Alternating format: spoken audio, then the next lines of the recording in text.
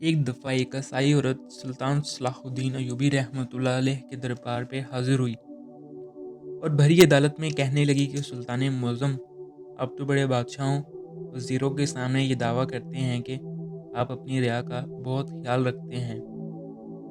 आपकी सल्तनत में इंसाफ का निज़ाम कायम है, तमाम की हिफाजत की जाती है। क्या आपकी सल्तनत में हमारी इज़्ज़त को महफूज रखना आपका फ़र्ज़ नहीं? क्या आप अपनी सल्तनत में मौजूद बूढ़े और लाचार माँ-बाप की नौजवान बेटियों की इज़्ज़त को महफूज रख सकें? जब ये बात सुल्तान सलाहुद्दीन अय्यूबी ने बूढ़ी की ज़बान से ये बात सुनी, तो बड़ा हैरान व परेशान हो गया। सुल्तान सलाहुद्दीन अय्यूबी रहमतुल्लाह अलैह ने इस बूढ़ी औरत को कहा कि बताओ तुम्हारे साथ क्या हुआ? तो वो कहने लगी कि सुल्तान मुअज़्ज़म, मेरा शौहर मेरी बेटी की पैदाइश के चंद दिन बाद ही इस दुनिया से चला गया। मैंने अपनी बेटी की मज़दूरी करके परवरिश की और जब वो जवान हुई तो मेरे बड़े भाई के एक ज़िम्मेदार बेटे के साथ मेरी बेटी की शादी की बात की और मैं और मेरी बेटी हम उनसे मिलने के लिए जा रहे थे। लेकिन रास्ते में एक दरख्त के नीचे आराम करने के लिए रुक गए कि अचानक 3 आदमियों ने हमें हर तरफ से घेर लिया।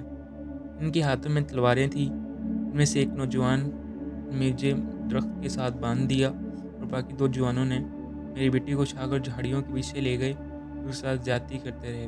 मैं रोती रही, चिल्लाती रही कि मेरी बेटी को छोड़ दो, मेरी बेटी की ज़िंदगी बर्बाद हो जाएगी। सारी ज़िंदगी मेरी बेटी ने कोई खुशी नहीं देखी, लेकिन इन ज़ालिमों ने मेरी कोई ना सुनी और मेरी बेटी की इज़्ज़त को लूट लिया। मेरी बेटी खूबसूरत होने के साथ-साथ खुददार भी थी। अपनी बेटी के पास गई तो इसने खंजर से अपनी गर्दन काट ली और मेरी बेटी वहीं तड़प-तड़प कर मर गई।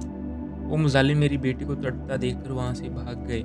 इसके बाद मैं गाँव वालों के साथ अपना मुकदमा लेकर काज़ी साहब के पास गई और उसे सारी सूरत हाल से आगाह किया। काज़ी साहब ने इससे पूछा, बताओ तुम्हारे पास क्या सबूत है? तो उसने बताया कि इस करीबी गाँव में 3 आदमी हैं जिन्होंने ये सब देखा। तो काज़ी साहब ने इन आदमियों से पूछा कि तुमने अपनी आँखों से इसकी बेटी के साथ ज़्यादती करते हुए देखा? तो इन्होंने कहा कि हुज़ूर, जब हम इसकी चीख सुनकर गए, वहाँ पहुँचे तो इस बूढ़ी औरत के हाथ में खंजर था। उसकी बेटी उस वक़्त मर चुकी थी। ना हमने वहाँ कोई आदमियों को देखा और ना इसकी बेटी के साथ किसी को ज़्यादती करते हुए देखा। काज़ी साहब ने ये बात सुनी तो इसने कहा, जब तक तुम्हारे पास कोई सबूत नहीं, मैं कुछ नहीं कर सकता। इसके बाद मैं वहाँ से रोती-पीटती हुई दोबारा अपने भाई के घर की तरफ रवाना हुई, ताकि अपने भाई को अपनी फ़रियाद सुना सकूँ और मुझे कोई इंसाफ़ दिला सके। मेरे पास ज़ेवरात भी थे जो मैंने अपनी बेटी के लिए बनाए थे। तो रास्ते में लकड़हारे ने जब मेरी गठरी को देखा तो इसके दिल में लालच आ गया और उसने मुझे दरख्त के साथ बांधकर मेरे ज़ेवरात उठाकर भाग गया और मैं अपनी बेटी के साथ-साथ अपनी बेटी की आखिरी निशानी जो कि ज़ेवरात थे, उनसे भी महरूम हो गई हूँ। इसके बाद वो सुल्तान के पास हाज़िर हुई और सारा वाक़या सुनाया। सुल्तान ने अपने वज़ीर को अपने पास बुलाया और कहा कि 3-4 लकड़हारे मेरी अदालत में हाज़िर किए जाएँ। सुल्तान ने इसको कहा, जब तक तेरी बेटी की इज़्ज़त ख़राब कर रहे थे, तो वहाँ क्या चीज़ मौजूद थी? तो इस बूढ़ी औरत ने रोते हुए कहा, सुल्तान मुअज़्ज़म, वहाँ कुछ नहीं था सिवाय इस दरख्त के के नीचे हम बैठे थे। फिर सुल्तान सलाहुद्दीन अय्यूबी रहमतुल्लाह अलैह ने 3-4 लकड़हारों को मुखातिब करते हुए फरमाया, जाकर उन दोनों दरख्तों को जिसके नीचे सब बूढ़ी औरत की इज़्ज़त लूटी गई, जहाँ औरत को बाँधा उसके टुकड़े-टुकड़े कर दो। वो मंज़िल की तरफ रवाना हो गए। इन दरख्तों को काटना शुरू कर दिया और उनके इतने छोटे-छोटे टुकड़े कर दिए कि ये बात पूरे मिस्र में फैल गई। एक बूढ़ी ईसाइयों की बेटी को इज़्ज़त लूटने पर और इसकी गठरी छीनने पर सुल्तान सलाहुद्दीन अय्यूबी ने इन दरख्तों के टुकड़े-टुकड़े कर दिए, जिनका कोई कसूर भी नहीं था।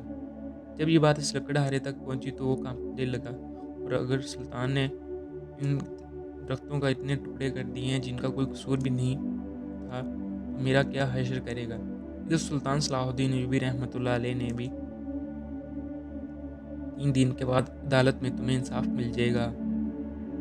3 दिन के बाद बूढ़ी औरत अदालत में आई तो सुल्तान सलाहुद्दीन अय्यूबी को भी रहमत ने तमाम दरबारियों के सामने गठरी रखी और कहा कि अगर यही तुम्हारी गठरी है, तो वो देखकर औरत बड़ी हैरान हुई और कहने लगी कि सुल्तान, बिल्कुल यही है।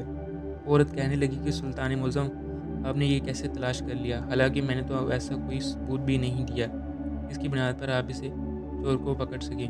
तो सुल्तान सलाहुद्दीन अय्यूबी रहमतुल्लाह अलैह मुस्कुराने लगा और कहा, जब मैंने इन दरख्तों के टुकड़े-टुकड़े करने का हुक्म दिया तो ये बात की खबर उस लकड़हारे तक पहुँची तो वो खौफ से काँपने लगा اور سوچنے لگا کہ سلطان نے اس درخت کے اتنے ٹکڑے کر دیے جس کا کوئی قصور بھی نہیں تھا، تو میرا کیا حشر ہوگا؟ اس لیے وہ گٹھری نیچے درخت کے نیچے رکھ دی۔ وہ گٹھری میرے سپاہی میرے ساتھ واپس لے آئے۔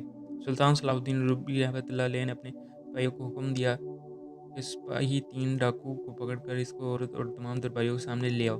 اس بوڑھے نے ان تینوں آدمیوں کو دیکھا، ان کی گریبان سے پکڑ لیا اور کہا، اے ظالموں، تم نے میری دنیا اجاڑ دی۔